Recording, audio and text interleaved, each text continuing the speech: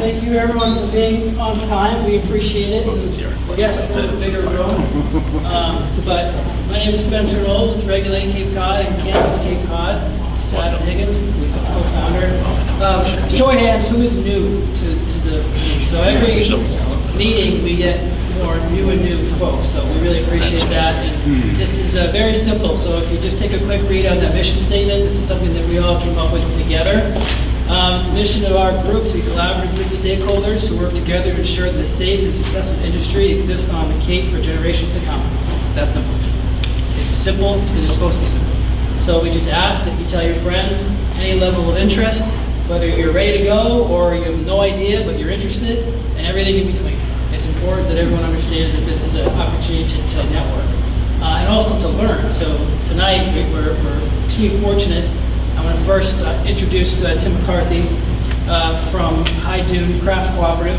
Tim, would you mind standing up and introducing our special guest? Thanks, sure. Tim. You're able to spear some bigwigs from Beacon Hill. Actually, I think that everybody prefers to sit, right? Would you prefer to sit? Whatever you want to do. Okay, Yeah. Okay, fair enough. Yeah, I can certainly do it from Your there. lens that way too. Yeah, right? this There is you go. much better. I am the camera person on top of one of the speakers up here this evening.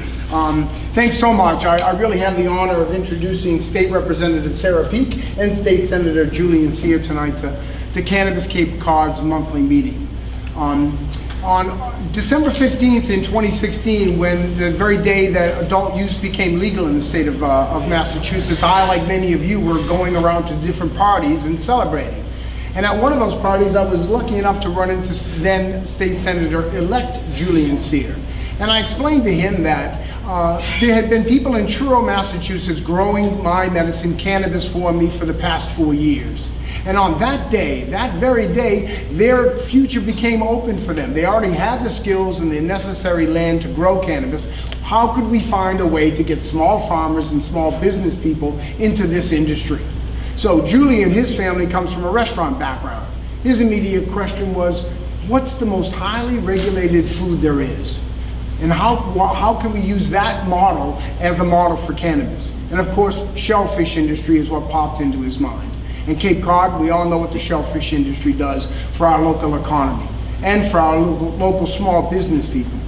That was the model used to create the Craft Cooperative cannabis category in the law. And of course, State Rep. Cyr and Peake came on board immediately. And between the two of them, they solved not just a local problem, how to go into something new, but also created an opportunity, one that every one of you are here to be a part of. So, on that note, State Senator Julian Cyr and State Representative Cyr and Peake, our heroes.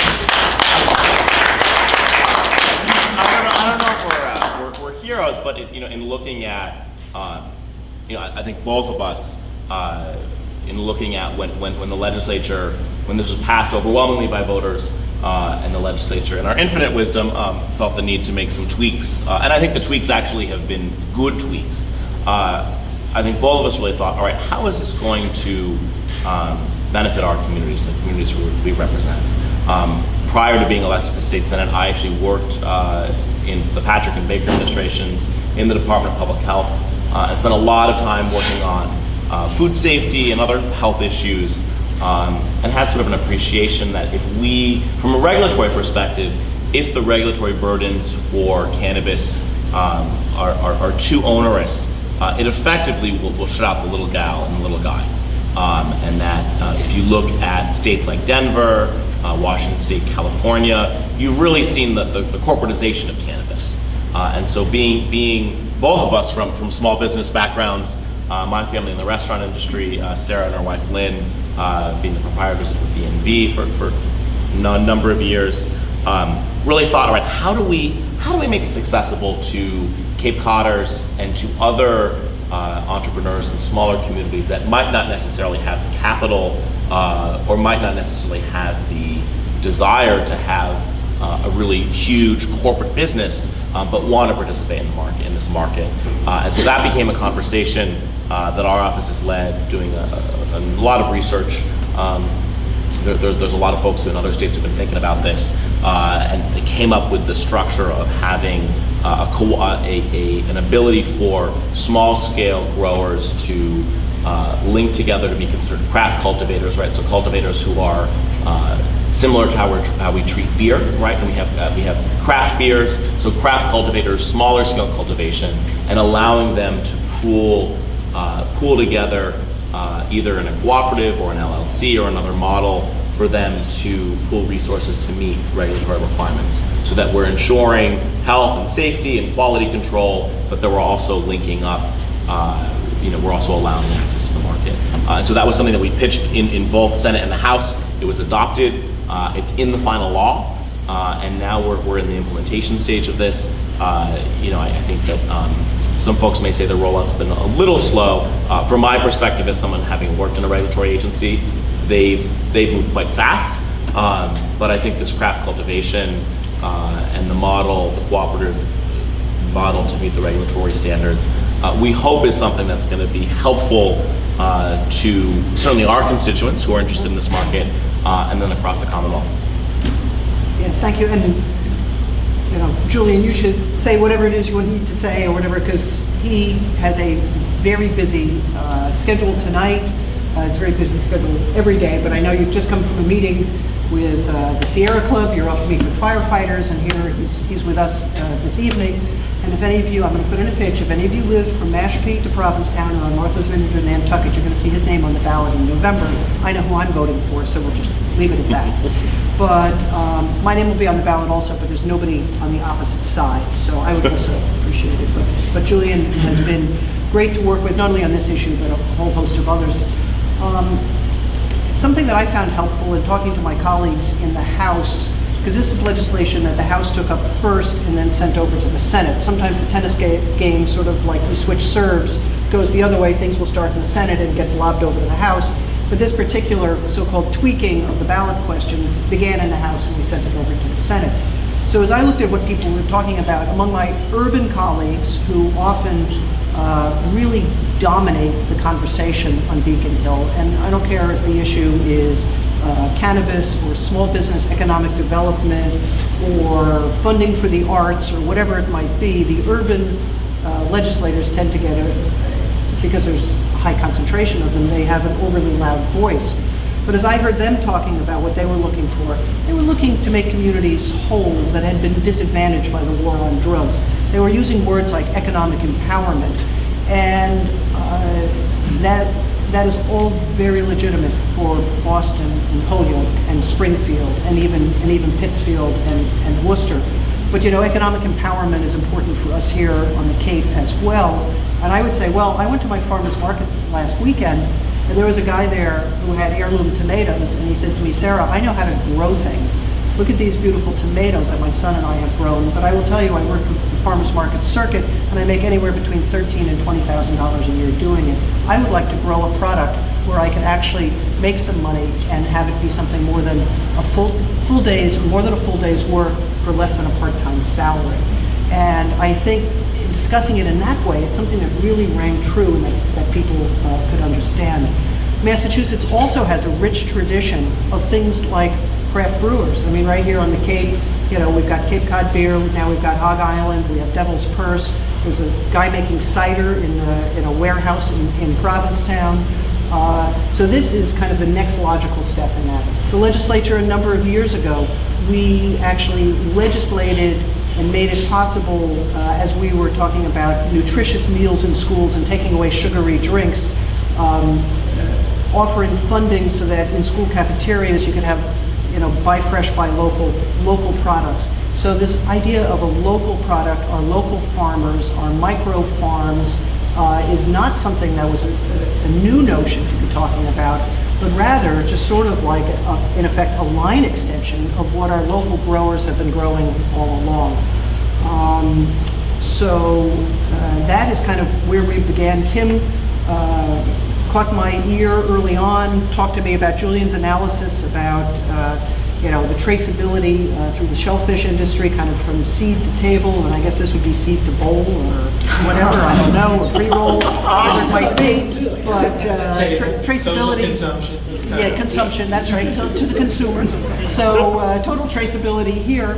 And then wouldn't you know it, before long, there were a couple of fellows from the Outer Cape who came. This is how big business is. They hired a well-known Boston-based lobbyist, and they came and sat in my office and talked about doing an indoor, in-warehouse grow in one of the communities or more on the Outer Cape, what they were talking about in terms of wages. Because we're having a discussion of raising the minimum wage to $15 an hour. They said, we're not going to be bothered by the minimum wage because we anticipate their business plan showed paying close to twice that for the people that would be working.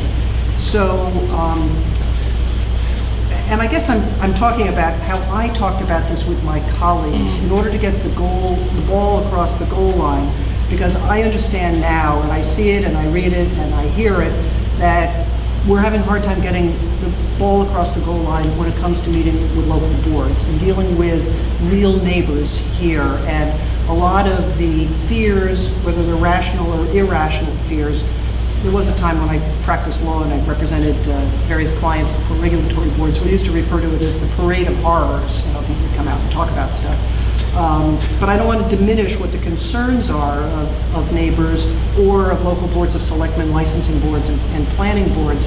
But you know, this is an agricultural product like any other agricultural product that people grow. There are issues with other agricultural products that are grown, and that farmers have had to deal with those issues to, you know, address the fears of neighbors or local government officials. And I think a way to talk about this is as an extension of, you know, we've got farmers that have cranberry bogs, and there's concerns there about, you know, what happens with riparian rights and how much water do you hold in those bogs and what's that doing downriver? Well, those are very real concerns, and those have been addressed, and we have a cranberry industry that at least economically is trying to thrive. So to the degree that these issues are brought up before you as you appear before boards, I think drawing analogies to other farming issues and other economic development issues, and really looking at Massachusetts' rich track record in supporting local breweries, local vineyards, making a space right in the middle of Boston, between the North End and Government Center, where there's a Boston public market to support our local growers there. And I'm not saying we're days or weeks away from local cannabis growers being able to sell their product in the Boston public market, but the point is the state and the city and other stakeholders have supported our local growers robustly throughout the last decade or more. And you know, I see this as a logical extension of that. Yeah, well said. So questions about the law or about the structure of this? I think I will note that there's been less of an uptick than we thought in individuals pursuing craft cultivation. I think a part of that is just folks don't know about it. Maybe we'll have to do a road show in the winter to the hinterlands. But we are excited that there is most activity here on the Cape around this. But just want to open this up to questions you may have. And so it's interesting. So some of our partners in this, like Senator Ann Goldman, who's from Spencer, and she's a Democrat. But let me tell you, if you were to look at the map of, like, you know, who voted for Donald Trump versus Hillary and what that's like, her Senate district is purple, really trending towards red. But she has constituents out there who were with us, and therefore she was with us in working on this craft cooperative and grower legislation. So it's not just the Cape. You guys want to moderate this? I'll sorry. I'll ask my question first, just while you're both here, and then we'll kick right in.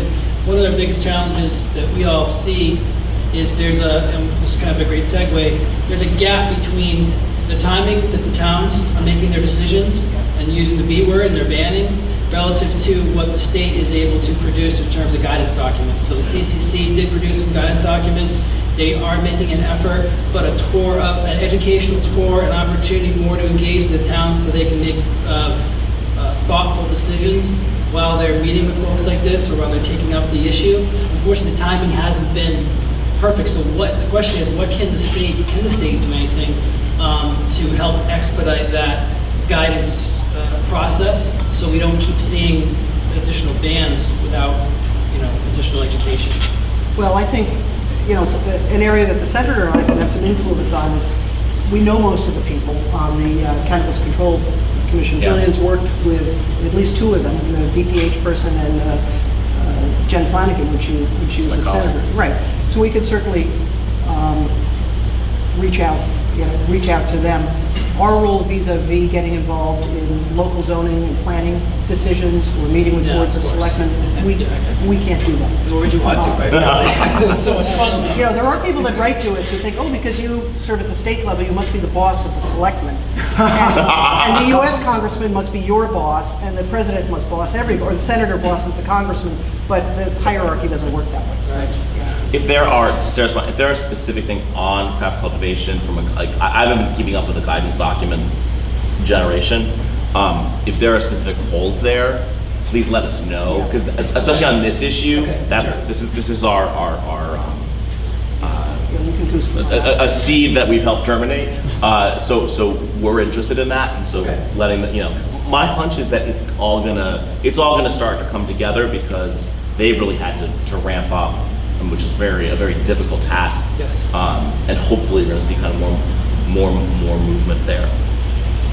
Maybe we could ask one specific question about your interpretation on, or what the laws say. Like, for instance, just on Thursday they passed zoning for cultivation that does allow craft co-ops. Yet there's no farms in the zone. But is that actually in Barnstable? Yeah. Is that actually a requirement? I mean, it's a requirement to have a Schedule F. Do you see a path forward? There's no requirement for it explicitly to be within farms, and actually we suspect that much of the cultivation may not actually across the state will not happen in an agricultural context. So that's a piece that in that zone in Barnstable. Craft cultivation can occur there. The challenge, right, is for other parts of Barnstable that may have agriculture. Getting that. Pushing for special permit, trying to push. Yeah, if there's a special permit, That's right. That's what I know. There's some folks here. Actually, show of hands, who wants to look into a craft co-op? Yes. I mean, that's pretty awesome. How many in Barnstable? Specifically Barnstable. Oh, perfect, half. So we're going to be pushing to testing the local municipalities to see if they seem like they're at least interested in listening about a special permit. Questions? Keep on rolling. So I'm a Barnstable resident, and we are interested in starting this craft cooperative. We want to know how can we help to get this process rolling. We have a team of 5, we're looking to expand that. We want to do an indoor craft cooperative. Hopefully that's possible. Yep. Totally. Yes. Yep. And we are starting to look at charities. We want to support some of our proceeds, and we want to help the community.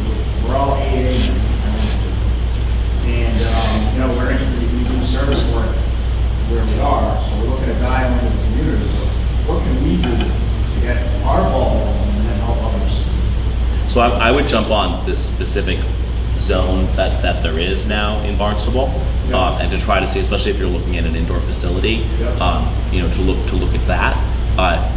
There's sort of a parallel process. There's the state process and the application process, which I'm not immediately familiar with. I am. But Tim is, so you can talk to Tim about how you do it. But it's not complete till you get the local approval. To the local approval. The host agreement. I do think from a political perspective, right, that now that you're, even within the council, does it have to go before in Barnstable, does it have to go back before the council for approval, or is it to the planning board? There's a special permit process. Oh, there's a special permit process. permit. I would figure out who are the stakeholders in that special permit process, and then engaging those folks.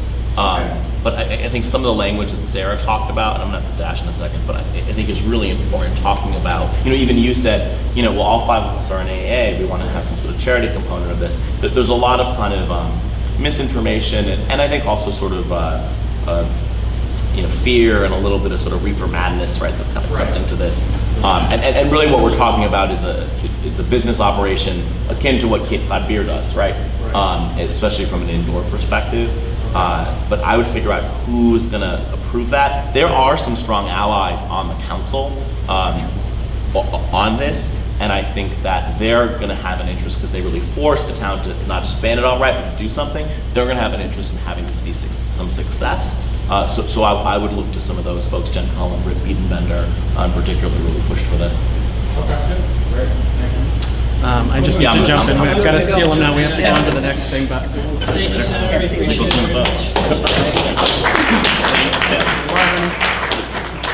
Bye, guys. Thank you. Oh, we absolutely will, yeah. Yeah, we have his card, so we can gather some questions at the end. You can get the email address of the chief of staff, and so if you have any specific questions for the senator, you can always just drop him a line too. So, but thank you for sticking around for a few more minutes. We can keep this conversation going if you don't mind. So, another question? Rick? So my question would be this. One of the big frustrations that we're experiencing at this absolute moment in Orleans is that, in the spring, we defeated a ban convincingly. Yep. We spent the last 3 or 4 months, the entire community, significant members of the community have come together to work through a proposed zoning bylaw. We've made a lot of progress on it. There's been a lot of participation. Tomorrow night is the final hearing before the warrant closes on Friday. And just as we're on the cusp of creating a bylaw that hopefully would be passed by the town, we get wind of the fact that there's a fresh citizens petition pulled to completely ban once again. And we just did that in May.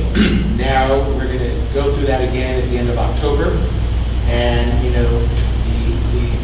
the folks who have spearheaded this ban have not engaged in the dialogue until now, unfortunately. But I think what I found particularly frustrating was that I thought that in the early stages of the regulatory dissemination, I thought that if a town were to successfully beat a ban, I thought that there was a 2-year period or a waiting period that existed before that could come up for a vote again. And for some reason, I cannot find it any longer. So I'm thinking either I imagined it or it just never made it into the final version. And I think it's, every time I share this story over the last few days, people are like, how can that be? You just did that. Is it the same exact language? From what I hear, I have not seen it yet, so it's hearsay. But from 2 different sources, we're hearing that it is a marijuana establishment ban. So I'm assuming it's completely across the board. Oh, is it the same? So I've heard of this 2-year thing also, and I don't want to offer you a legal opinion because I basically have a license to practice malpractice at this point in time in my legal career, not having opened a law book up in 25 years. But I too have heard of this 2-year ban. That's why when you go to town meeting and they move to indefinitely postpone something, it preserves your right to bring it back as opposed to if it was exactly voted down. So, but somebody can tweak a sentence or two, and it's a different article than the one that was defeated before. So I guess my advice to you is move boldly forward with what your bylaw, proposed bylaw is. Get that on the warrant. That's going to, if it's a zoning bylaw, right, it's 2/3 votes. Correct. So that's a big threshold. Correct. And let these naysayers do their stuff over here. And when you actually see it, then I would ask, ask the selectmen to ask for an opinion of town council whether it's properly before the voters or not. I think town council has seen it and has said it's okay because in order for them, they didn't proceed with it before going through that process. Right. So to your point, it's probably not exactly the same in some elements, but I think its essence sounds similar. Maybe they'll surprise us and they're going to allow something somewhere. We won't know until early next week because the deadline is Friday. Because they don't publish it. But, and to your point, 2/3 zoning bylaw threshold, 50% general bylaw for the ban. Right. Which you defeated last time. We did defeat last time. And nothing's changed since then, except there's been more dialogue and there's been a greater understanding. So hopefully you'll be okay. Hopefully. We'll check the wording and see how it compares to the last one. and I'll call your office and ask for an opinion. Thank you. Any questions?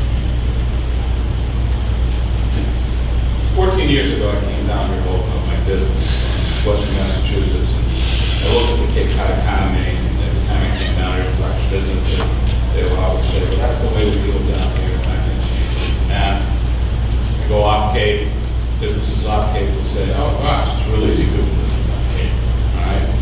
So, you know, I am from Hoyle, I see what's going on in Hoyle, I see what's going on in Western Massachusetts, I see what's going on in Worcester, okay, where, you know, it's big stuff, all right? And I say to myself, why isn't that stuff happening here? You know, this is an economic development play, huge, okay? And they're embracing it up in Worcester. And, you know, there's a lot of communities around Worcester that didn't vote for it or not, okay? Even in Western Massachusetts, there's a lot of places that didn't vote for it. But the business communities behind it, the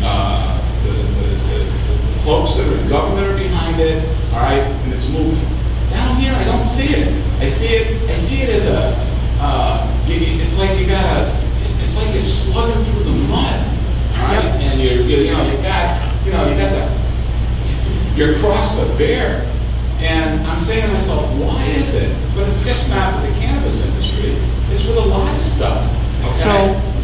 So this is just my opinion, but one reason that Julian and I wanted to put a provision in this bill for craft cultivators is because we looked at what we saw in California, Colorado, what was soon going to happen in Vegas, and you know what? There's like one, maybe two big players in the marijuana seed to sale industry.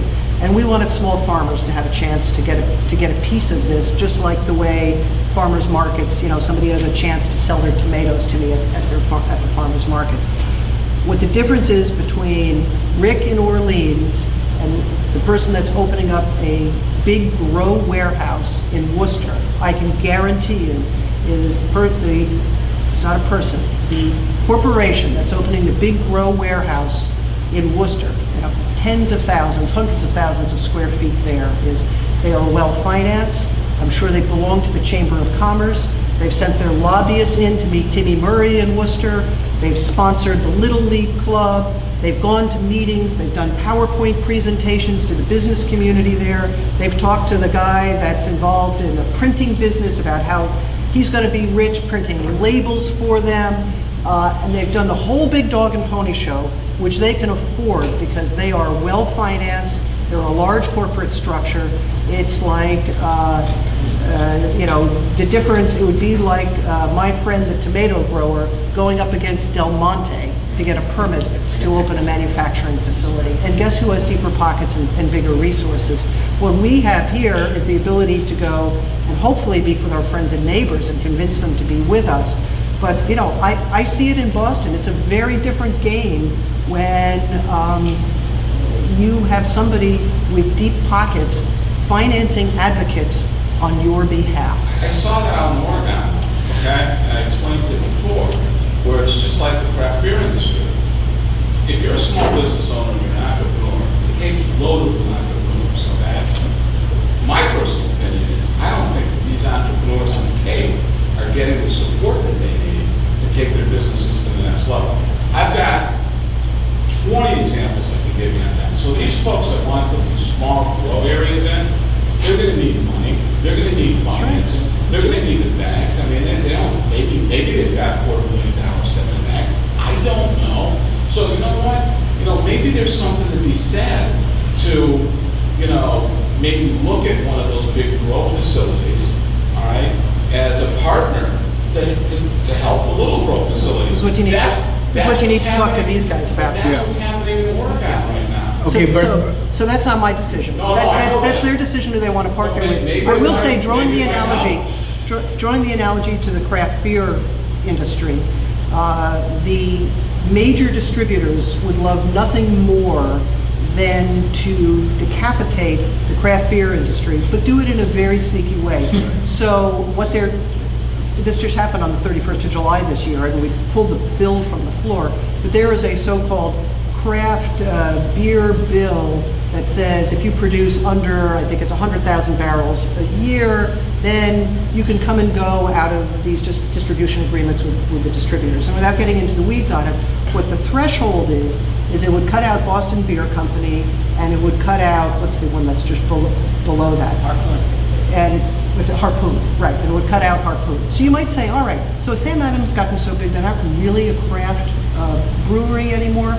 Well, yeah, they're bigger than Cape Cod beer, but they produce about 8% of what the parent company of Budweiser produces. So they're still pretty small. But the reason the craft beer people want to keep Harpoon and Sam Adams in is because they have the deep pockets to lobby on behalf of legislation, to do financing of the smaller brewers, to put their resources together, and all of that. So the craft brewers, you know, if Cape Cod Beer or Devil's Purse were just left on their own and they didn't have this Craft Brewers Association that was largely financed by Harpoon and Boston Beer Company, they would not be sprouting up and finding the success that they're finding today. So maybe you make a point that maybe there is one of these bigger growers that's looking for a Tony brand that they can partner with their big grow operation. I don't know. I mean, that you guys are business people. That's your decision to make.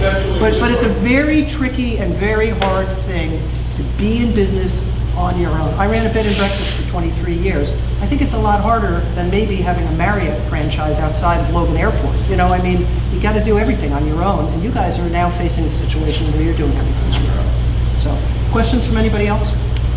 Yes, ma'am. So, going forward, what would be your advice for someone interested in a craft cooperative in a town that has just established zoning, albeit very small, and they're looking to do this on their farm? What would be some advice for them? I think what Julian was talking about is, or you were saying that would be by special permit. And, you know, I think unfortunately with this, what it's going to take is one or two people to get up and running. Knock wood, they're going to have a successful situation. They're going to be hiring people. The neighbors aren't going to smell stinky product as it's maturing. The lights aren't going to keep them awake at night. All of these things that people talk about in the abstract. And you know, once we get rolling on it, I think then it gets easier for the next person in the line and the next person in the line to move forward. I'd like to answer that in a simple way that what you're after is really a sense of community. You have to remember that. That's really what we're talking about here. Forget all the other regulatory boards. You have to develop a sense of community, and not just with the people within the room, but the people who are going to be your neighbors there. You've got to go and meet those people who do it. That's what we're experiencing in Truro. We spent our time focusing with them on the state level only to find out that we didn't do our own homework right next door to us. Okay? And the difference between here and the rest of the state is Cape Cod is vacation land. This is not industrial land. You bring up the word industry and they freak out because they think you're going to lower their property values. They think it's a situation of profit and loss. Farmers profit, homeowners lose. Not true. This is a lifestyle issue for everyone in this room. This is who we are. We're small farmers. We need to be able to convey to those homeowners that when you allow us to cultivate the land, it stays open space. Not another house is built. In Truro, the very town warrant that our bylaws will be on is going to be shared with a house size article because people are afraid of McMansions. Well, limit the house size? No, stop the house from being built. Allow us to cultivate. So whoever you are on Cape Cod, always start off with the word community. And it doesn't just mean the government, it means the people of your town. Because they're the real ones who are going to make the decision at town meeting, for sure. So let me ask you, are there enough of you, I mean, you're a co-op. So some of these vexing issues, town by town, are kind of some of the same vexing issues as you go across the Cape. Are you big enough and quite honestly wealthy enough to be able to offer, either through your members, there's somebody here from Provincetown who does cannabis consulting, but to offer in effect consulting services, like cranberry growers, the lion's share of them are part of the Ocean Spray co-op, and that gives them more clout because they're together in a big co-op. It gives them clout when they go to Washington to say, don't put tariffs on too many Chinese goods because China is our biggest market, and now you're going to put us out of business. It gives them clout even on local issues when they're trying to work. So is that a goal of this organization? Yeah, or that was always the exactly? goal. The first goal was to make sure that we made a large enough road, that we paved the road in the Cape, that there was industry to be had. Right. And we're still working on that, as you can hear. We have updates later on from different towns. It's still a trench battle. We are not. From the political side, it's self-funded. It's just trying. But this room, this organization. It may not look like it tonight, but in general, we get different people coming in every month, and it does, as a group, it's getting bigger, and it was most represented in Barnstable recently, when everyone in this room and outside this room who is here tonight stood up in their own way, whether it was an email, a phone call, showing up to influence something that was predetermined, really, by the council. What I meant by that is that, it was actually first five councilors actually blocked that first vote. We actually walked out thinking that there was a victory where we could actually talk about next steps and future and things like that. And then while we're in the parking lot, literally in the parking lot, Planning next steps, some folks in the finance committee walked outside with their backpacks and they said, you may want to go back in because they just took up your article again. So we went back in at 11:15. Some of us were here with me. Deacon, you were there. Rebecca, you were there. And we went back inside, and sure enough, they were talking again, and we lost by a vote. So they took the vote up again, and we lost by a vote. So, however, that being said, we strongly feel that if this group, if everyone here hadn't leaned in, they probably would have banned the entire industry, because no one would have engaged. I don't want to assume that no one would have engaged, but we feel strongly that at least the 3 license types that are allowed is a step forward. The sad part about it is, though, that first mover advantage. This industry is happening so fast. I commute 2 hours every day one way to be in the industry right now. I'm 8 weeks old in it. And I'll tell you right now, it's moving so fast. It's actually moving faster than the industry is prepared for here locally.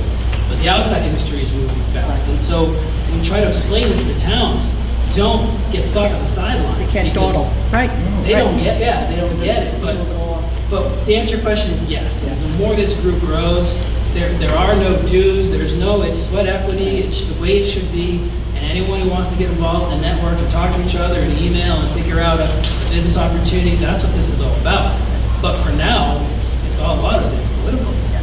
And the aquaculture industry on the Cape faced similar barriers. I mean, it wasn't so long ago that there was a group out of the town of Barnstable, was it West Bay, I think, in Osterville? They didn't like the way those floating bags looked, and they didn't want them in front of their big houses and all of this kind of stuff.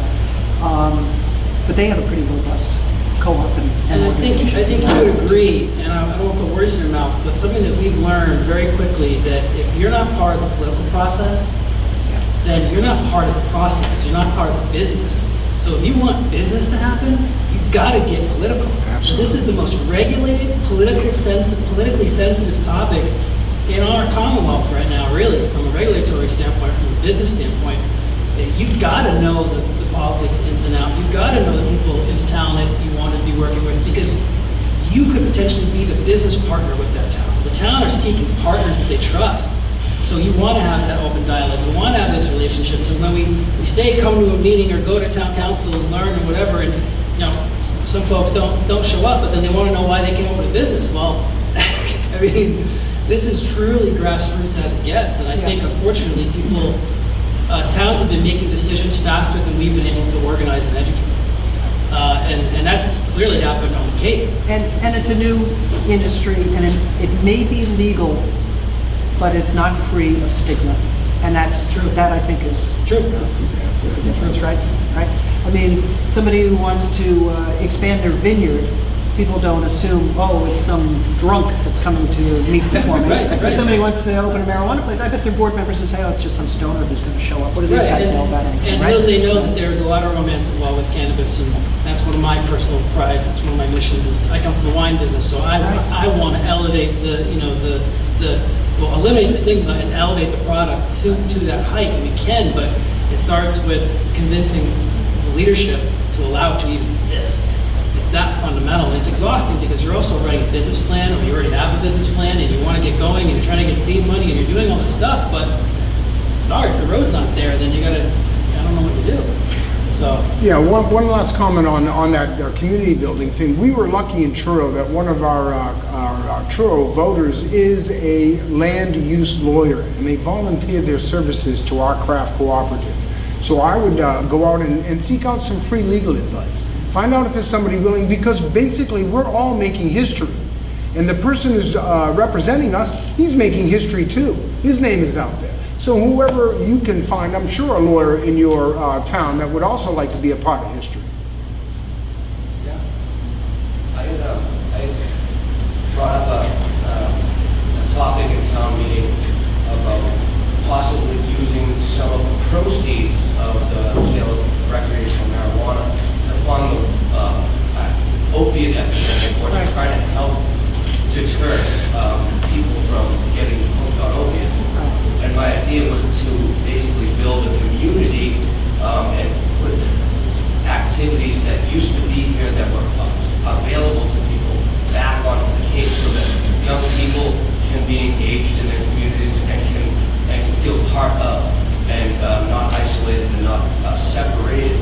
And when I brought that topic up, they heard opiate and they said, oh, well, there's a connection between marijuana and opiates.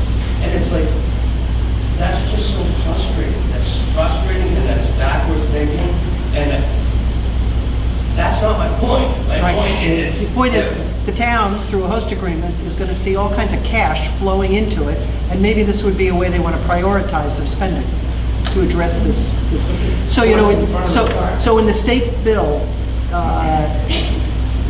we are waiting for the tax revenue to come in, right? So, you know, it's interesting. There's a little bit of buzz that I've heard, a little bit of talk about, you know, if we're going to let the towns be like kind of as rogue as they have been, especially when it comes to the host agreements and then these voluntary donations and all of that. And it's not that state government doesn't have respect for town government, but I'll be honest with you, when we crafted our FY19 budget, there's an anticipation of a certain amount of revenue coming into the state general fund from the sale of recreational marijuana. And it's in the state's best interest to see you know, growers grow and retail facilities open up and people purchase the product that's for sale.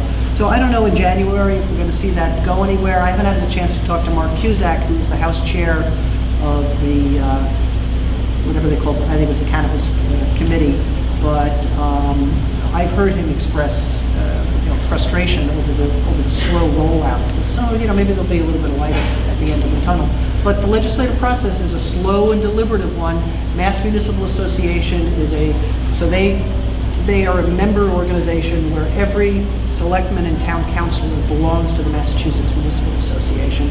And Jeff Beckwith, who's the executive director of it, has come out very strongly saying this is individual communities' rights to zone, to ban, to ask for these charitable donations on top of the 3% and all of that. So there's, you know, there's a real tension there. and that's the guidance, quote unquote, that they're getting more than anything else. And the Cannabis Control Commission took this up at a meeting within the last month, and I think it was a 4-to-1 vote to leave things status quo on, you know, not get involved in cannabis business. Well, they're also trying to stand up a political whole third organization at the same time. You know, they're merging DPH with the CCC metric system at the beginning of the year, which, if you think about it, you're starting up a new division, new department, and you're merging, you're taking over DPH's roles, responsibilities on medical, and infusing it, pardon the pun, into the CCC's responsibilities. Just that, to me, is daunting. And imagine that, rolling everything else out that we're talking about. But that's the right thing to do. It should all be under one umbrella. It's absolutely the right move. It's just in terms of timing, it's just a daunting process. Although I'll tell you, I have been so impressed with the Cannabis Control Commission. I mean, they made their deadlines, they have moved forward, got their organization up and running. I mean, Julian talked about it, having worked for a state agency. He worked for DPH. Not saying that they haven't stumbled from time to time, but boy, it's been a pretty quick ramp up. So. Yes, yeah, you had your hand up. I'm sorry. I just wanted to pivot briefly to micro businesses. Okay, because I thought it says micro businesses are co-located. So say, facility? so talk about High Dune, right? So you're a co-op, and you're going to have growing facilities in 2 different towns, and how many locations? 5. 5. Or more, sorry, that's, yeah, here's the confusion. We have 5 farms that are members of our co-op, but each of the farms have multiple properties in which they want to grow on. So just because you have 5, yeah, that's the co-location thing. Micro business, I don't know specifically what you're talking about, but a micro business is a small business, self-contained. And it may be able to share some kind of location with another business, if that's what you're saying there. That's the question. Does it have Well, to be I think it's one? like, you know, like Chiquesta Chocolate in Churro Central. It's a chocolate factory, but they also have a food truck that they license and sell food for lunch in the parking lot. So there are 2 businesses that are co-located. I would imagine, something like that. I was asking. But Ann, is your I can question? imagine. Yeah, Yes, is your I want to question know the is, actual Well- if you have a sandwich shop, could you also have a retail marijuana going on at that same location? In the micro business, okay, my point is there are thousands of businesses, spaces on the Cape that are not used 6 months out of the year. So what does it mean to be co-located as a micro business? Can you be a 6-month business? That's, I mean, I think that depends on what your business plan is. Specific questions about the regs, I would direct you to the Cannabis Control Commission. For sure. Yeah, because You I can think call there's them, great somebody will opportunities get for on the micro phone with you, business. they'll answer your question, you can send them an email. They have an FAQ section, the website is pretty impressive, actually. Yeah. I looked, it's not, Yeah, all right. Give them a call. Okay. As someone who, I grew up in Orleans and my brother's a lobsterman. I mean, I've got a bird's eye view of what it is to be on the edge socioeconomically. And highly regulated. And I have 2 kids who are teenagers. For a decade, I've been an activist around youth empowerment in that region. We have not gotten very far, although we're perceived as being exceptionally wealthy. That is not the truth. We all know what's hidden. I have always admired very much Dan Wolf. Even as an artist, way back when, they were always funding community. Cape Air, employee profit sharing, all of those types of models. Like, why aren't we seeing more of that? I've been reading Yes Magazine for 20 years. There are all kinds of business models in there for different ways that you can structure things. There's a place in Vermont called the Hunger Mountain Cooperative. My sister-in-law has lived up there for 20 years. It's amazing. It's a community-sourced cooperative. Everything they sell was sourced within a 160-mile radius as far as like the fresh goods that, and it was literally sourced by people in the community saying like, here's $1,000, I'm gonna be in on this. And then now, you know, years down the road, they're still getting their returns. When they shop there, they get a discount. They have a say in the direction of the business.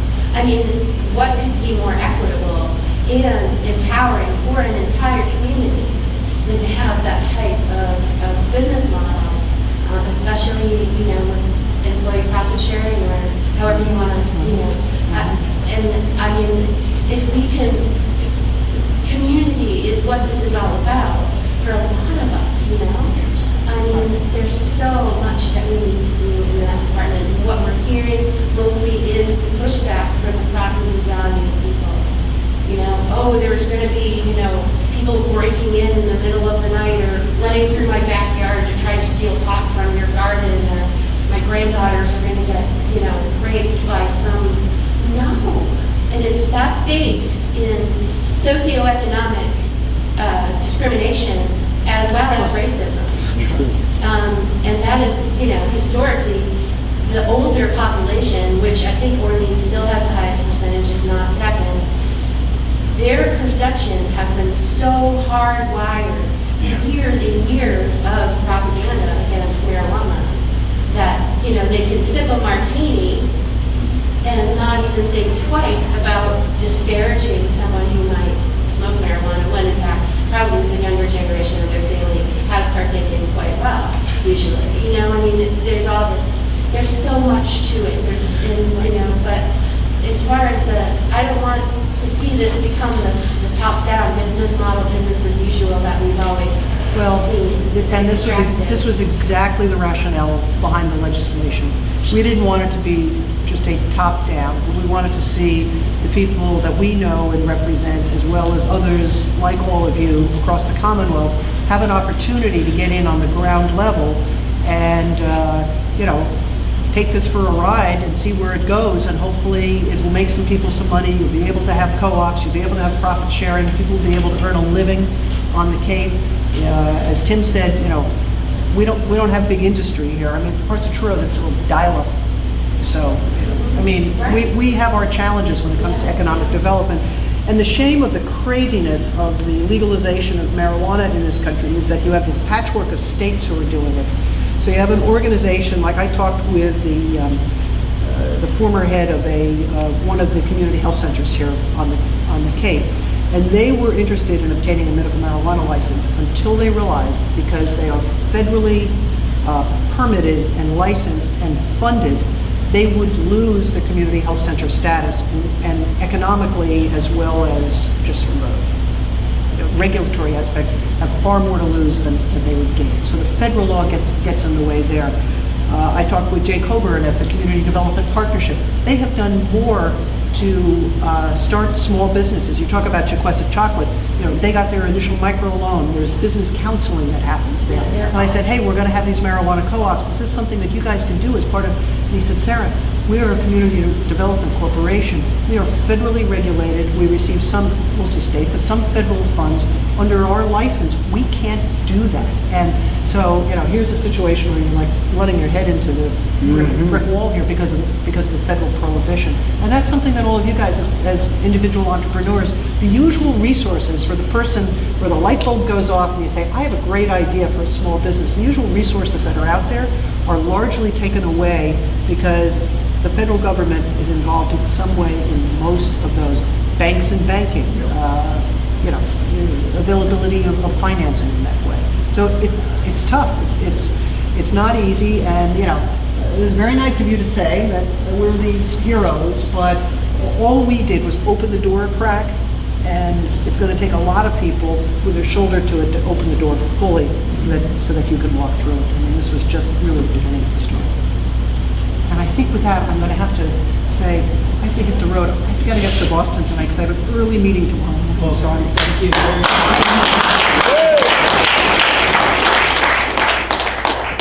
You certainly know how to reach me, and I'll keep you posted about it. Thank you very much. If I hear any murmurs about amending the bill at all, to try to grease the skids. Thank you. And we'll share contacts too with your office too. Yes, and, that'd be great. If anyone has any follow-up questions or anything like that, that's what it's all about. I mean, as towns on the Cape ban, and unfortunately the majority of them have, those pockets of opportunity are getting smaller. So I think there's going to be a need for a much larger look at opportunities, and I think this organization can absolutely be a catalyst for that across all different license types.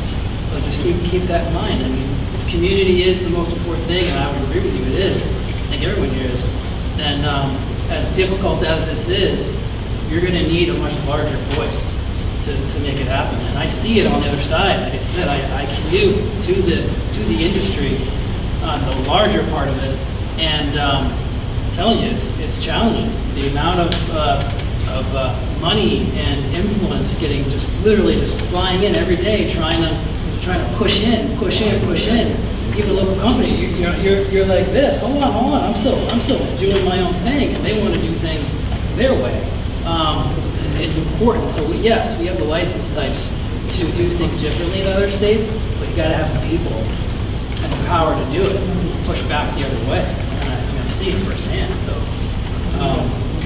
So thank you again, Representative Peake. You're very welcome. And I'd like to first thank and introduce Eric Hunter from Cape Cod Hemp. He's our sponsor tonight. So every month, this room isn't free, and like I said, this is a sweat equity group. So anyone that has a business or potential business that wants to stand up and be a sponsor, you get a chance to obviously be a sponsor, but also present. So Eric's going to come up here and give us a hemp update, a category, an opportunity that continues to grow and exist. If you read any of the industry articles or newspapers or magazines, I mean, hemp is a $1 billion industry now, or soon to be in the country. So also great news, we have the funding for this from secured through sponsorships through the end of the year. So thank you very much to everybody. We are definitely looking for 2019 monthly sponsors, so keep that in mind. We would appreciate it. So without further ado, we're gonna do a little hemp update with Eric, and then we're gonna rip through some political updates from our town captains here, just to bring everyone up to speed, and then that's pretty much it. I wanted to run long on this portion because this is the most important piece, 100%. We don't get this chance often. We're going to invite them back, Tim, with your help, maybe on a quarterly basis or something. I know their schedules are packed, but I think it would be beneficial for everybody because this industry changes literally by the hour. So you wake up one day and it's a different world. So I think maybe getting with them. There are electeds, so I think that would be. And I can't stress enough too. Senator Cyr is running against someone who hasn't been very vocal for or against the industry, and I just want to officially, personally give my support to Senator Cyr for his leadership in this space. You have to make decisions outside of just cannabis, but clearly, if it was just a cannabis-focused thing, this is a gentleman who definitely needs to be on your radar in terms of a vote. There are a lot of other things to consider, but I just want to personally plug him for all his efforts and the fact that he squeezed us in. I appreciate that very much. Eric, sorry. Thank you very much, Spencer. All right, so let's get rolling. Here we go. Okay, I'd like to talk about progress on the federal front. As some of you may know from the last meeting, the bicameral committee, that is the Federal House and Senate, were meeting on the subject of federal hemp legalization. And as you can see here, we have strong support from the Republicans on the federal level, especially Mitch McConnell and James Comer from Kentucky. Kentucky being, of course, one of the historic hemp-producing states. And the Farm Bill expires at the end of the month, so they really need to get going on this.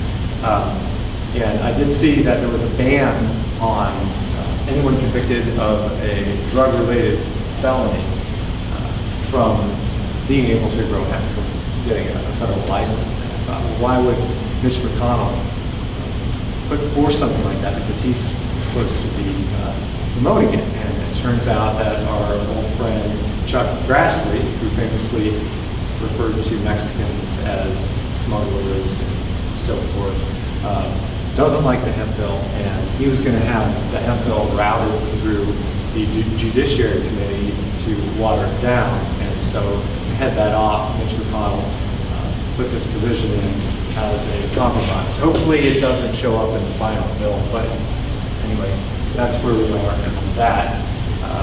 So that's the Senate and the Congress side of it. So what does the Trump administration think about it? Well, they haven't addressed it directly. As we know, Jeff Sessions is anti-cannabis, but Donald Trump tells him what to do. And so at the present time, he is not instructing the Department of Justice to go after hemp or marijuana state legal operations. We have the Undersecretary of Agriculture, Craig Ibach, who is with the marketing division. It turns out there are several undersecretaries of agriculture, and they each have a different focus of what they're doing. He is against all-inclusive hemp legalization. He wants it to be restricted, and his excuse is that if we let everybody do it, the price is going to go down, and then nobody will do it, which of course is directly opposed to free market principles, which the Republicans are supposed to champion. So, but he's only one voice in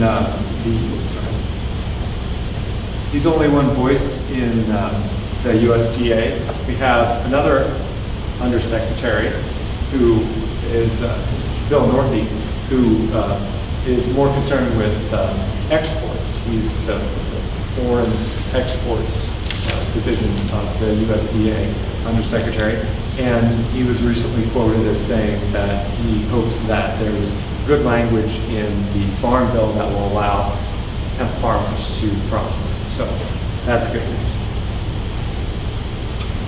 And some of you may have heard about the anti-weed committee that's being formed, and I wouldn't worry too much about it. I got an email from the Drug Policy Alliance and want to ring the alarm bells on it.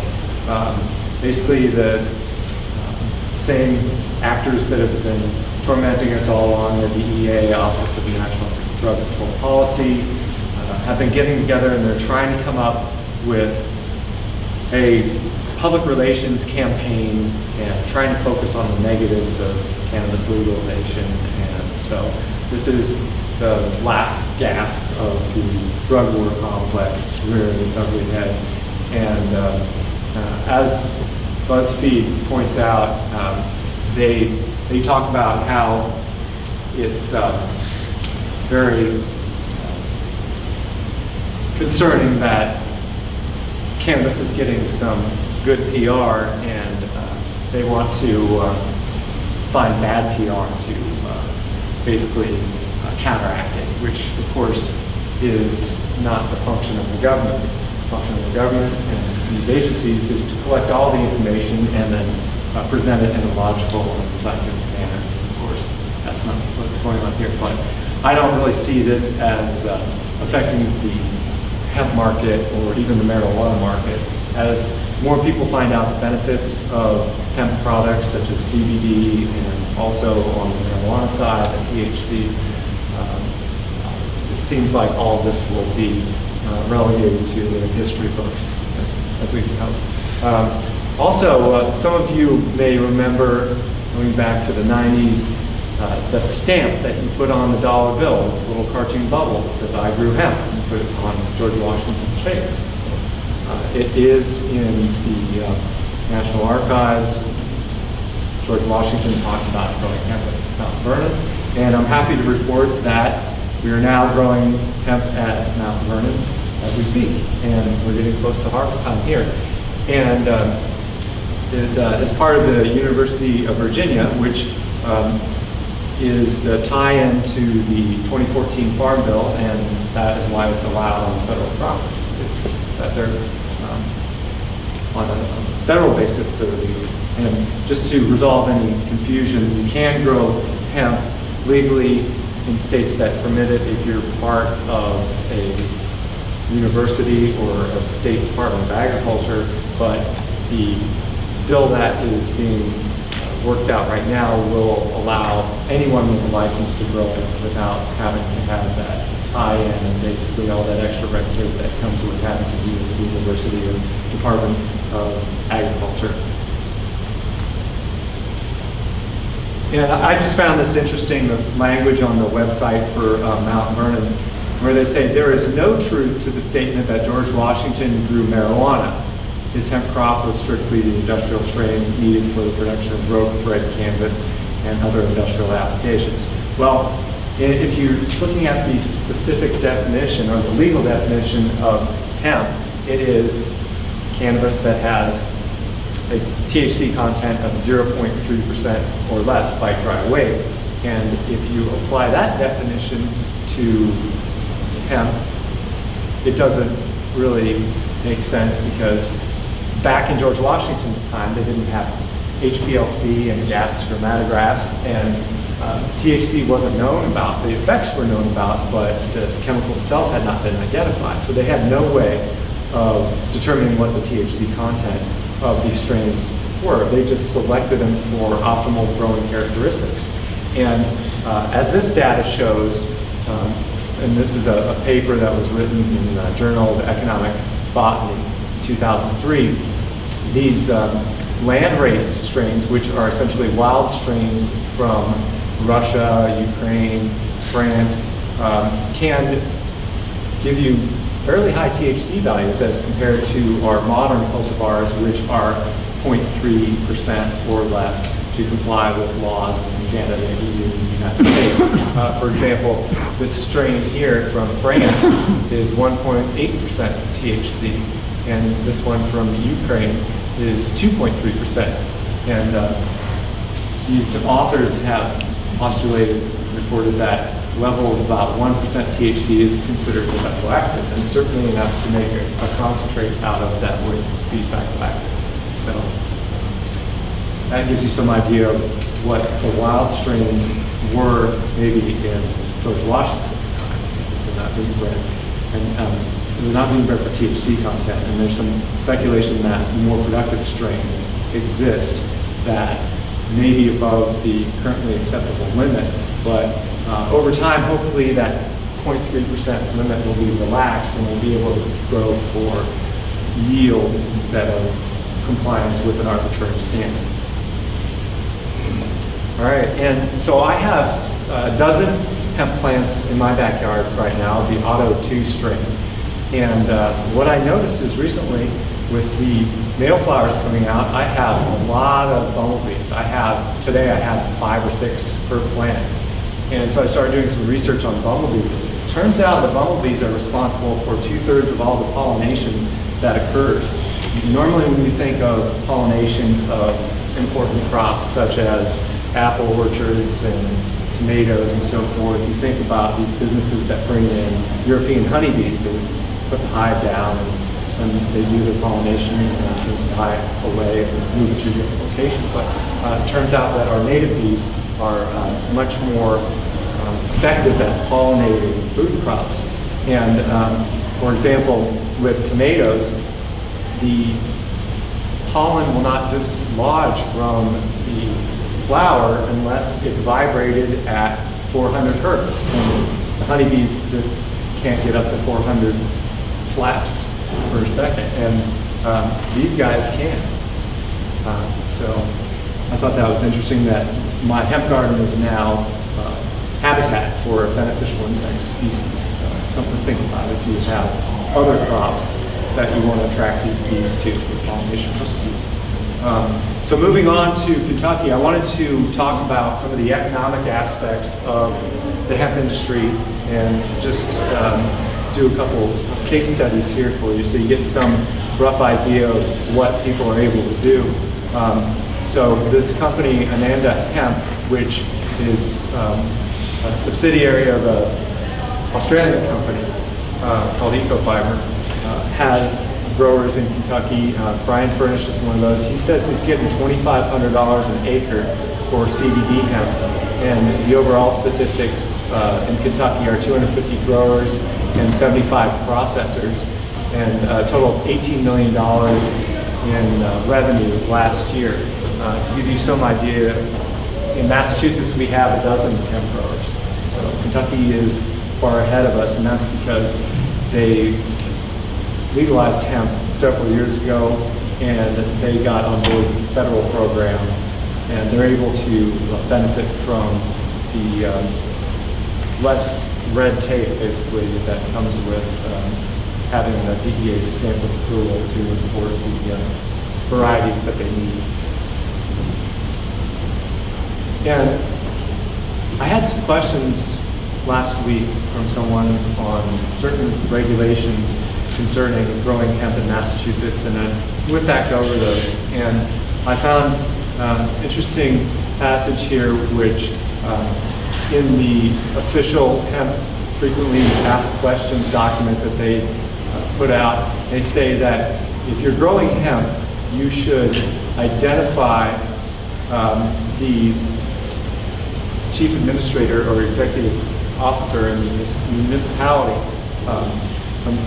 I'm sorry, I got that backwards.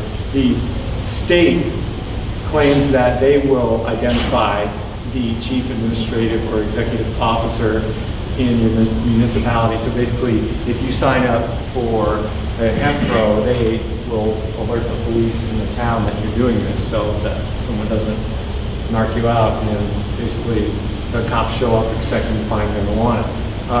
But in a recent interview on Mass Live, the Commissioner of Agriculture, John LeBeau, said that it is the grower's responsibility to talk to the police about it. And I don't really see that as being a practical thing. I showed up at the police station and say, I'm growing hemp, what are you going to do about it, right? So supposedly they have all the information that they need, and I would disregard this if you come across this statement here that it is the grower's responsibility to identify the hemp for the police. That supposedly has already been done, and the state is doing their job. And this may be a story that we will be hearing in Massachusetts once we get up and going. Is we're talking about giant 100,000-foot grows in Worcester and other places. We might get to the point where the market is oversaturated, and this is exactly what's happened in Oregon. And so to get around this, the farmers are now turning to CBD production because the license requirements are less expensive and less time consuming. You can do outdoor grows. And so to give you some idea of what the product is bringing, it's $50 or $60 a pound as opposed to several $1,000s a pound for marijuana. But at $5 or $6 per percent of CBD, they're able to produce this for $10,000 per acre and for about $5 a pound in cost. So $5 a pound in cost, and then proceeds of 50 to 60, so roughly in a 10-to-1 ratio on your costs to proceeds. And so we have a CBD processor and grower in Massachusetts, one of the 12. And these folks contacted me to see if I would want to buy some seeds from them. So I thought I'd alert you to the presence because they appear to be one of the larger outfits in the state. They're called Emergent CBD, and I couldn't find an address for them, but they're somewhere in the state. And they appear to have a fairly large greenhouse operation going. And I saw they were selling CBD isolate, $305 for a half ounce, which works out to be just over $21 per gram. And so I decided to compare that against another product, which is from Colorado, which is $110 for 10 grams, or $11 per gram. And I ordered 10 grams of this because I get people asking, well, who sells the best CBD and is any of this stuff legit? So I ran it on the gas chromatogram and find out that their labeling was accurate and the CBD content was it's reporting 100%. So it rounded up from there, 99.9%. And the Delta 9 THC content was 0.27%, so it's under the 0.3%, so it's still considered industrial hemp. And so I would recommend that brand as a quality product for a good price. Colorado versus Massachusetts. Yeah, the first one was, this is from Massachusetts, and 99.8% CBD at $21.79 per gram. And this is over 99% for $11 per gram.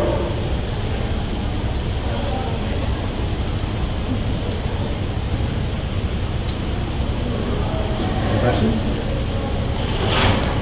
Can hemp be brought across state lines? Well, with respect to the feds, it's a gray area. The DEA claims that anything that's not seed or fiber is considered marijuana because it comes from the flowers.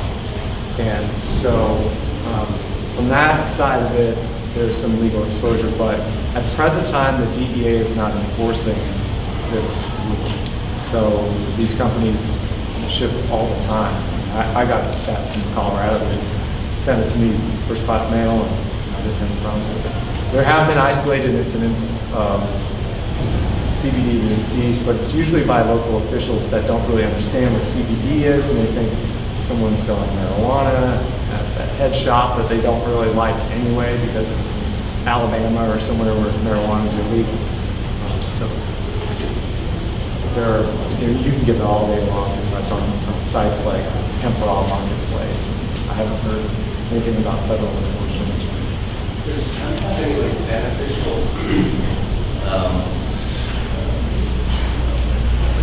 aspects as far as farming, like nitrogen fixing or anything like for the farmland and soil? Does it have anything that would be a selling point for farmers to want to?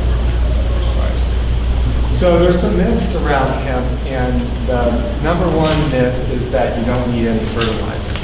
And that's simply not true. That's like the perpetual motion machine theory where you can get something from nothing. In order to make the carbohydrates and the terpenes and the CBD and everything, you need to start with nutrients: nitrogen, phosphorus, potassium, and all the trace elements. So I've read that hemp requires about the same amount of fertilizer as corn. And it does not nitrogen fix, so you would want to rotate it with clover or beans or something that would put the nitrogen back in the soil for the next year. But one thing it does do is overgrow weeds. And if you've ever seen Hemp for Victory, they have the one scene where they have the hemp that's very closely spaced, and the farmer spreads the hemp and there's a thistle that's dying, and the narrator says, "There's one weed that couldn't stand the competition." So that's been an effective way to get rid of fields that are contaminated with all sorts of thistles and weeds that are undesirable without having to use Roundup. But as far as pulling nutrients from the soil, it's not as hard as cotton. Cotton is probably one of the worst crops as far as depleting the soil. Hemp generally returns the soil to a superior condition, provided you keep adding nitrogen to it especially. All right. Thanks, Eric. Thank you.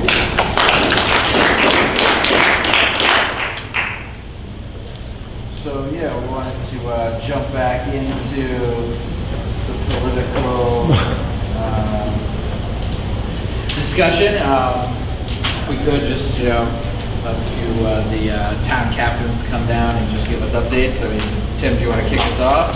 Sure. Truro, let us know what's up. Okay, Truro. Next Tuesday at noontime, we have our final, hopefully, hearing with the planning board. It's already had 5 hearings so far. 4 of them have been over 4 hours each. We expect this one, the final one, to be a marathon in and of itself. In a nutshell, the co-op's position is that we've been able to communicate with our town. We've built a community that we were talking about earlier, and we hope that those communication paths that we've developed are working in our favor. We've had a couple members on the planning board say some really idiotic things, and frankly, we think that's in our best interest, because when idiocy shows up, logical puts you on the other side, right? So, we believe that we'll come to an agreement with the town and that they'll be able to pass next Wednesday night, they'll be able to pass the bylaws that we want, and then we'll be presenting them at a town meeting in November. All right. Thanks, Tim. That's it. Your turn. Oh, come on now. Now it feels awkward. Let's get that a clap. All right, Rick, you mind popping up? Yeah, this probably should be the largest problem, because like I said before, without the advocacy and the political process, there is no business, there's no interest in Definitely doing Hi, Rick Francolini from Orleans. 5 4-hour meetings makes Orleans seem kind of lame, actually. I think we've had 2 hearings now. Where we are is tomorrow night we have the last planning board hearing before the warrant closes this Friday. So this is a big week because we're going to get a better sense for where things are going to net out. The good news is that we have made a lot of progress from when we originally beat the ban back in May, and the original draft was far more conservative than the current one is. It's been the result of a lot of community participation and a lot of advocacy. However, it's not over. As you heard a little earlier, there is a group that has pulled petition to ban again. We don't know definitively that it will come to pass, but by this Friday, when that deadline hits, we will know. So at this point, We are very focused on getting signatures for a competing petition, if you will, just to keep the planning board in check. We are going to show up at the planning board tomorrow night and make sure that if there is anything that needs to be addressed that we haven't anticipated, we have advocates who have been there throughout the process to address them.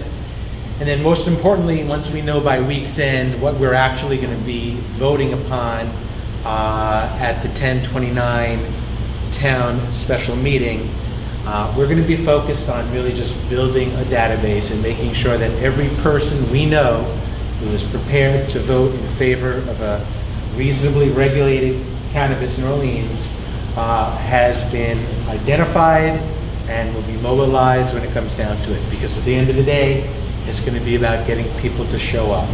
So that's where we stand. Any questions, happy to take them, but that's it. Questions?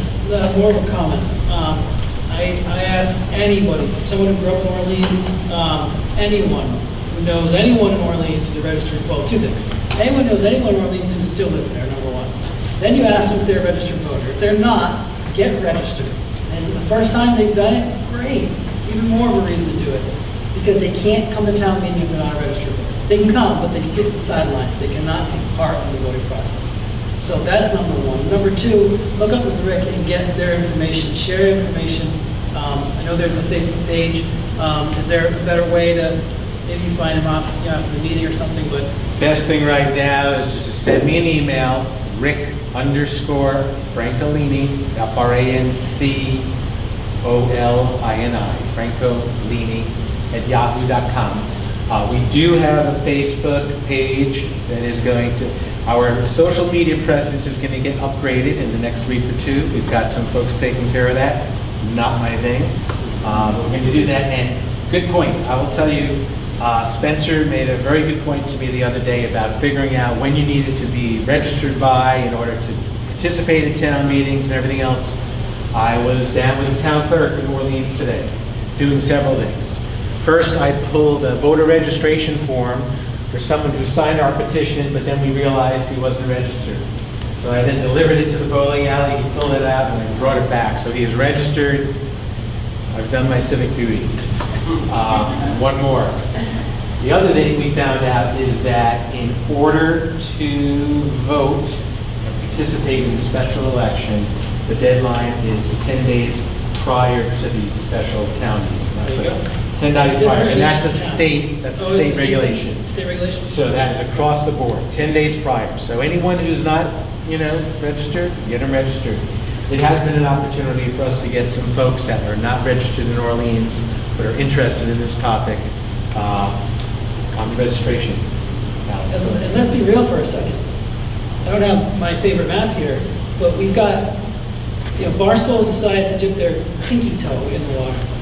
So we've got conservative zoning in Brewster. It's there, but it's conservative at best.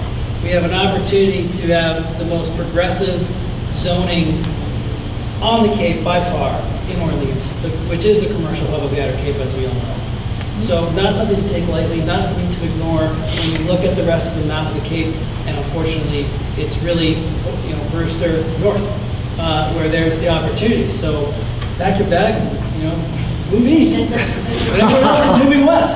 But hey, listen, if that's what's going to take for this industry to exist on the Cape, then so be it. But this is a very important vote. I think people think of, oh, it's already in Brewster. Well, it's in Brewster, but it is extremely conservative. Extremely conservative. Minimums on, or maximums on all the different license types. And if you actually look into, what Rick is proposing and what his group is proposing, is as forward-thinking as it gets to do. So something to it is pretty impressive. The current bylaw that has made it to the final pass tomorrow night, and it's by no means done, right. But there are no caps on any of the licenses except retail, and retail is capped at 3 at the moment. The select board just last week voted to make the cap equivalent to the number of off-premise alcohol licenses, which is 8. So the select board tomorrow night is going to go to the planning board meeting and say, hey, we've heard from the community, we think for consistency's sake, let's do 8. So I mean, there's a lot of momentum, but it's not done till it's done. So to Spencer's point, right now, word of mouth, finding advocates in Orleans who have not been tapped, who are not being, mobilized, is a huge priority for us. We've got to get out the vote. So that's it. And when is the vote? Well, tomorrow night is just the hearing. The vote is 10/29. After this week, our focus is going to be on educating and mobilizing for October 29th. That's our special town meeting. Town meeting, okay. 10/29. So, here goes. Thanks, Rick.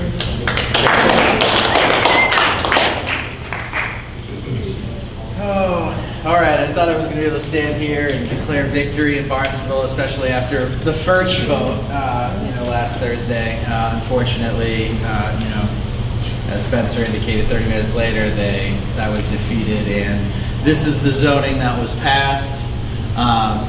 It's not all bad. Like we said, our assessment would be they really wanted to ban everything, and what we ended up here with is them dipping their toe in the water, a wait and see approach in their words, for research, testing, cultivation, and the big win, I think, I know, is that the craft cultivation was included in the definition of cultivation, so this zone does allow for craft cultivators. I think the idea is, unfortunately there's no farms, right? So no, existing farmland usage, but as far as being able to move forward, potentially pursue a, host agreement, everything, from the letter of the law appears to be there. I haven't scouted this particular zone. I couldn't speak to the, property opportunities in that, but I mean, I could see, just throwing out random ideas. If there's someone there that would be interested in being part of the co-op and had a property, right? Might be a way to, get it rolling. But anyway, there was also, so it's a big victory, or maybe it's a small victory. I'll call it a small victory. And I think, as part of that everybody, really worked hard to push, and I'm really proud, and that could benefit the whole Cape, is we did change the stance of the Cape Cod Chamber of Commerce. This was this was September 6th, so they only got it approved by their board that Thursday. And, as Rebecca can attest and Spence can attest, we were scrambling to get a presentation for them, so that they could vote to change their stance as, no on question 4 to, we voted no because the taxes were too low. It was a bad business deal. That's what this says, and then that, local entrepreneurs should be given all, the best opportunity, possible, where they even underline local at the end. And as far as like an expedited statement, that they turned around in a week, I think that speaks, Took 2 years. Yeah. To get done. 2 years. So this is something that hopefully, Wendy Northcross, the CEO, I give her credit. She came for public comment. She stood up there officially. She gave her comments for the record, and that's a big deal. That's a big deal. Now, by no means that's just the beginning, but when you knock on a door for 2 years and they give you 4 days to spin up a presentation to their board, an emergency meeting, and then they actually responded with a letter of something in support of something. She got up and spoke too. I think that was another highlight. The day before the actual vote, and then the head of the group comes. I can't ask for anything more than that at this point. Let's just be realistic. And she's confirmed that this is their official stance, and share it with everybody. So we've shared with the board don't room, be shy about, sharing with Truro about right the now. Cape Cod Chamber of Commerce. Knock on their door, ask for a meeting, introduce yourself, explain who you are, explain where you want to be, what you're doing, because their big ask is they just want to understand and know who wants to be in this business, because then they can actually assist more, and they can give you suggestions, and they can introduce you to people, and they know the industry is here, whether it be small right now, and they understand where it can go. So their heads out of the proverbial sand, and we have everyone to thank, everyone's efforts here. And so just make sure that you do tap them, give them a call. That's what's exciting, is, with approved zoning, comes an approved process and acting like any other business, right? So we should be able to walk into the planning board and have conversation. And my extensive experience working with local staff is very eager to work on something as exciting as this, right? So you want to start talking about where, you know, I mean, I think they're going to be, you know, wholeheartedly available to help, as am I, you know, seeing that, you know, my role as the Barnstable team captain has diminished, right? At least for the time being, right? I mean, there won't be an appetite to revisit this for at least 6 months. You know, I think that's kind of their go-to. I mean, but I think, you know, I think there's opportunity to just, you know, narrow down and maybe start a smaller group and start, you know, a conversation with, you know, as Sarah indicated, you know, with some of our, you know, at least supporters on the board. I think you kind of answered the question I had. So in 6 months, we can go back and try to get this expanded. What is the process of that? This is a step. Yeah, that's a great question. So first and foremost, we've committed, we decided the other day that we are going to personally check in with the council during public comment. And we're going to respectfully give them an update about themselves. And we're going to give them an update about what they have or haven't done. Respectfully, obviously. Right. But the way that, and I got a little heat for this post-meeting because I kind of, you know, meeting prior, they said, we can be nimble. We can be nimble. We're a city form of government. We're not a town meeting. We can, in 2 reads, in 2 meetings, we can get anything to an article, to a debate.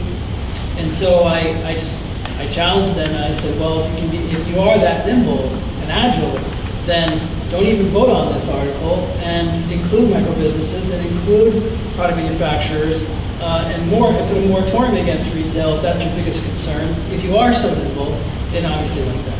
And they didn't. But so to answer your question, in 2 reads, technically, they can change. They can change anything. It's their willingness to. Right. And I think the main thing is to, in an organized and respectful manner, continue to let them know that people are watching, that people haven't given up on Barnstable. Although I can appreciate anyone who are going to look to Orleans or somewhere else. Absolutely, I get it. But if you're dead set on Barnstable, you want to be in Barnstable, if you're interested in co-op, I think lobbying for a special permit immediately, I would recommend that immediately. So you think that immediately. Our team, right? You think that our first step should be to try to obtain a special permit? Find out in a respectful way. Find out, absolutely. Well, I mean, right now, the special permit process is completely undefined, right? So correct, so you have to find out what that looks like, but they did not include that in the article, they did not. We asked them to. However, co-ops do exist in language. So you're part of that. Gotcha. Your license type is in. So it's just a question of letting them know that maybe if you're not in that area, then you need a special permit. And they seem, between the planning board and the counselors, they actually seemed like they would listen to that. I mean, they seemed open to it. And by the way, you're testing a license type that they feel that they wanted, that they're comfortable with. So if they push back on a license type that they're comfortable with, that they just passed, to me, that's extremely, that's a sensitive issue that they probably want to avoid. I'll leave it at that, because you're talking out of 2 sides of your mouth if you say we're comfortable with cultivation, but then we're not going to, be flexible to a certain extent. But remember, special permitting process is a filter for them, and so you have to be thoughtful about why, where, right, and all those things. All those things come into play. Yeah. Did you ever watch the video and see why it was incurred that one? When we were in the parking lot, did you watch that segment? No, I haven't. haven't. Meaning to go back. I was just. No, I was actually just going to ask the counselors why. Yeah. I just haven't. I took a break. Oh, did she? Yeah. Okay. Rapper Grissetti. She just changed her mind. Well, I'm not sure. It was pretty late. Yeah.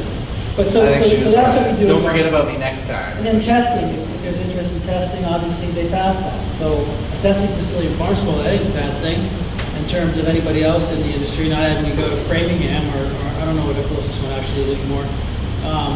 So that's pretty good. What are the cross streets in this area here? I'm having trouble. It's on mine, that's like right in front of me. Up top is, what is that, that's 28 there?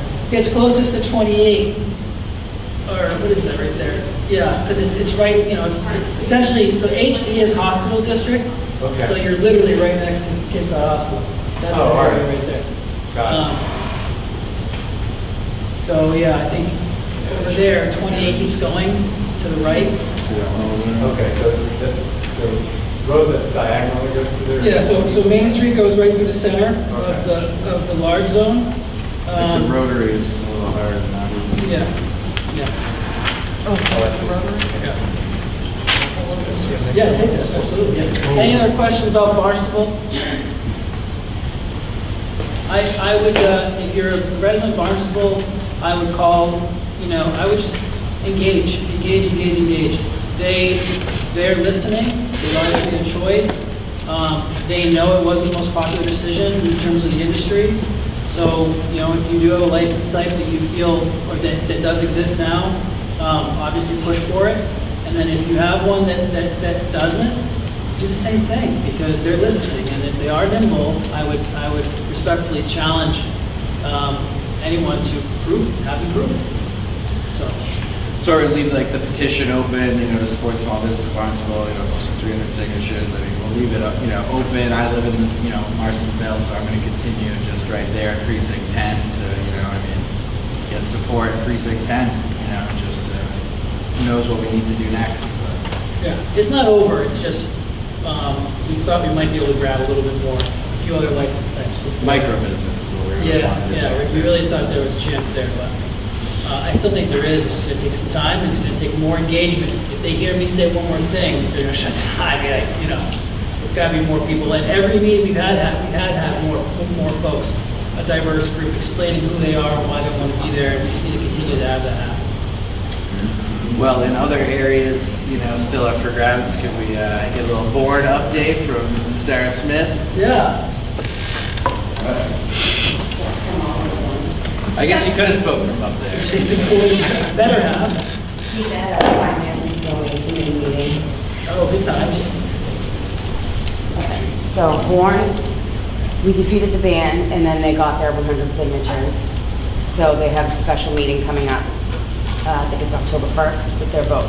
So we canceled our forum. Opt-out is like really heavy in town. They're standing outside schools. Somebody posted on Facebook trying to recruit children to rat out their friends and stuff like that. So we decided to cancel the forum and show up at theirs instead. So everybody has a script that they're going to follow to kind of counter their facts that they plan to give out. But we found out today, now they want everything in writing. So anybody who wants to stand up and ask a question, they want it in writing with like your name and all your information. So we're going to submit our questions to the newspaper, and when they don't, ask any of our questions, Rob from our group plans to contact the newspaper and, just let them know how they weren't fair in their facts, because they're really pushing the ban on us. So, and the meetings have been really long and apparently pretty crazy. I've been able to go. So. This was another one that opened up because of petition. Yep. So there was a little confusion at first when they originally voted on the ban. Something about the language and the question was confusing. So they thought that, so I guess they thought they voted for the ban in town, but really they voted against the ban. So there was no ban. So then they did this petition, and there's just a whole lot of confusion about exactly what happened at that meeting. Do you know, and I don't mean to put you on the spot, so if you don't have an update, but there was a working group that was established in the town of Bourne. Mm-hmm. They were supposed to report back their quote-unquote findings regarding zoning and things like that. I think July 24th or some arbitrary date, that was the date that they were supposed to deliver something to the town leadership. That was the first time I had ever heard of something like that. I thought it was great. I thought it was a great opportunity to, a true working group. And I believe they even visited, I think they visited Triple M to get a sense of established grow. I think some of the people in the Bourne Cannabis are part of the working group. Yeah. But I don't really know much about the working group. The zoning apparently in Bourne is weird too. The way their regular zoning is much different than other towns, so there's a lot of confusion coming in there too, because there's no like industrial zone. So I don't know how it works. They zone B1, B2, B3, B4, and then it's like all mixed in together. So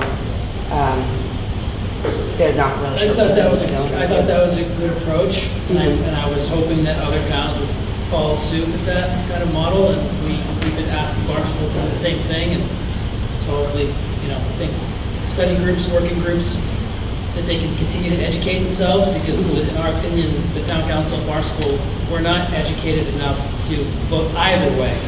I think that and it was clear. People in Bourne are pretty well educated. They know what's going on. It's just that the people in town, we have a very older demographic. Sure. There's not a good history of voting. So that's another thing we're trying to do is we got a bunch of voter registration. We're just trying to go around and get people to register to vote and show up for the meeting. Awesome. Thank you.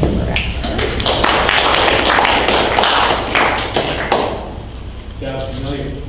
Yeah. Recurring themes. Sure. Sounds like Cape Cod. For now, right? Mashpee. Mashpee. Anyone? Mashpee. There's a reason why we're asking. Anyone from Mashpee that you know that wants to take a leadership position and engage their town that they live in, if you know of any groups or someone who wants to be in the industry and they want to step up and they want to engage the process, let us know, because we want someone from Mashpee here kind of giving us updates and suggesting. If anyone here knows anyone from Triple M, we'd love to have them come and talk about Mashpee if they have any interest in adult use in Mashpee. I don't know them, but I know they have adult use license for Plymouth, so I would assume they would have an interest in adult use license for Mashpee, and we'd love for anyone to engage them, because I feel like they have a horse in this race, a pretty large horse. So anyone knows anyone in Mashpee? Where's Mashpee out of it? They have a town meeting in October, I believe. They haven't made it. No, they have not. They did a non-binding ballot question, which was written so poorly that it was one of those things where you didn't even understand the ballot question, but they held it up and said, see, people want a ban. It gave them a reason to put forth a ban article. It was very confusing. I read it. It's on. And then posted my take on it. I was completely wrong. So they're still in a moratorium. Like I looked at it, scrutinized it, and then I was completely wrong. It was the opposite. Yeah. So they're still in a moratorium. I didn't read the double negative. They're still in a moratorium, but they will be voting on a ban in town meeting this fall. Sarah, what'd you know? You know someone from Mashpee? I know somebody who knows the people from Triple M, so I can ask her to. Yeah, I mean, if you're interested, I know they have to be I careful. personally invited them. I know they have to be careful about adult use, interest in adult use in Mashpee relative, because they're so new, and they're the only one on the Cape. Like, I get all that, so I respect that, but it would be interesting to hear their position. We're getting close to the vote, so if they're gonna act, I think it'd be now or soon. And without Mashpee, it's Bourne, and then Brewster. That's it, in terms of going out in the west and east. Anything else? You want to talk about board members? Yeah, so this group is growing.